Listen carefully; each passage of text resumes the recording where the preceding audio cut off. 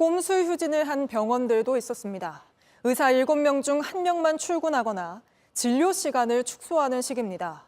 병원 문 일찍 닫는 이유는 에어컨 청소해야 한다, 물이 끊겼다, 정부 때문에 손이 떨려 진료 못 본다, 다양했습니다. 오원석 기자입니다. 친구는 뭐 때문에 입원했어요?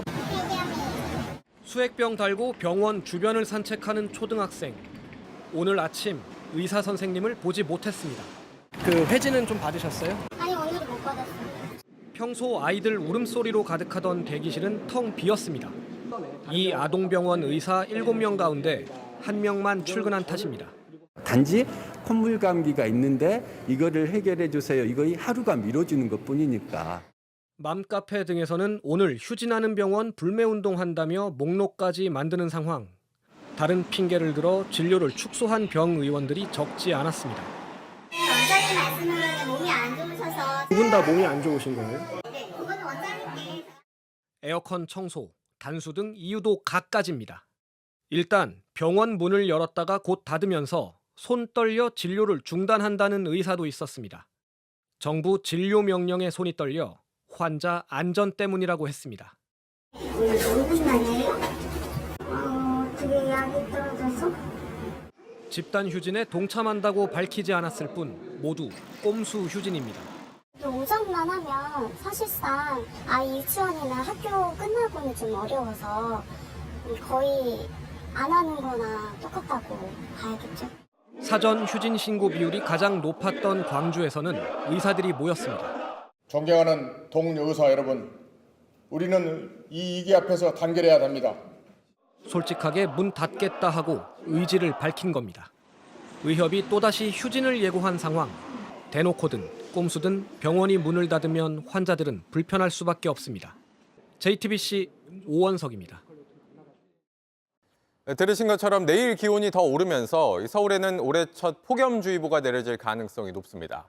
반면 제주에선 내일 밤부터 첫 장마가 시작되는데 올해는 평년보다 더 덥고 더 많은 비가 예상되는 만큼 지금부터 대비가 필요합니다. 성화선 기자입니다. 내일 기온은 오늘보다 더 오릅니다.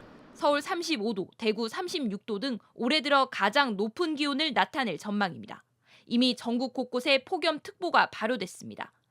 183곳 중 58곳에 폭염주의보가 발효됐거나 발효될 예정인데 지역은 더 확대될 수 있습니다.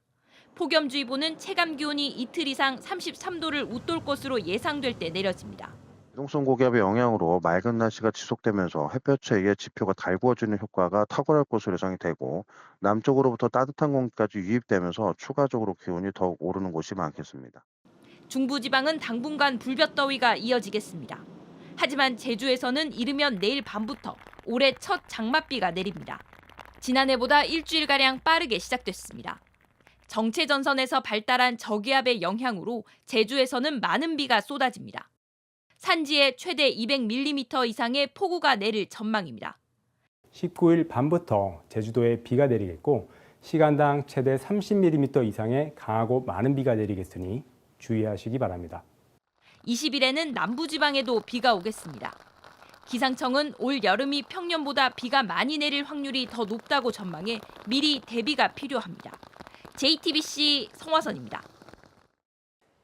김건희 여사에게 명품백을 건넨 최재형 목사가 김 여사에 대한 명예훼손 혐의로도 수사를 받고 있는 걸로 확인됐습니다. 한 유튜브 방송에서 김 여사가 맞아서는 안 되는 주사를 맞고 있다고 말해 국민의힘으로부터 고발을 당한 겁니다.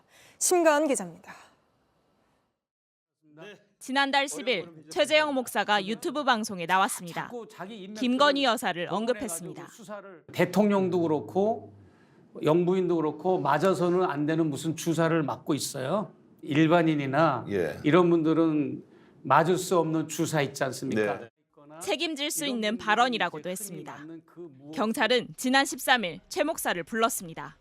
명품 가방을 전달하고 몰래 촬영한 뒤 폭로한 경위와 함께 해당 발언의 근거 등을 캐물었습니다. 최 목사는 제3자를 통해 알게 된 내용으로 구체적 근거도 있었다는 취지로 진술한 걸로 파악됩니다. 최 목사 측 변호인은 공인에 대한 의혹 제기여서 위법성이 조각된다는 취지로 주장했다고 했습니다. 최 목사는 이와 별도로 건조물 침입과 스토킹 혐의 등으로 서울 영등포경찰서와 서초경찰서에서 수사를 받고 있습니다.